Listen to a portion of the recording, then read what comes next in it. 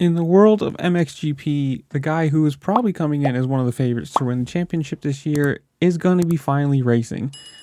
If you didn't hear, watch, see, whatever, this crash happened right for him in a practice crash or practice race, kind of a warm-up thing in February where he broke his femur and he's been out since.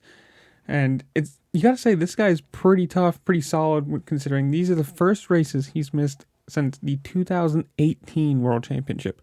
That's, 5 years of straight racing and never missing a round? You can't tell me he wasn't hurt at any one of those points, but, you break your femur and you can't do anything.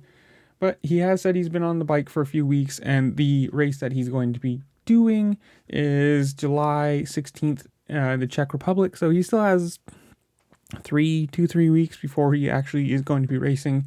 Some time to get a little more stamina in, a little more time on the bike, and personally, I like MXGP. The tracks are cool. There's a lot of big names, a lot of fun racing to watch, competitive. So I hope he comes back, and I hope he's right up there with everybody else, top 5 running.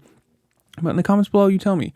Do you think he's going to be competitive, or is it going to take him a few rounds to catch up, or is it just kind of you're so far behind this year, don't take any risks and don't hurt yourself again? But whatever it is, comment down below. Make sure to like, share, subscribe, do all the fun things this platform allows you to do, because it really does help me out, and I appreciate it. And with that, I will see y'all later.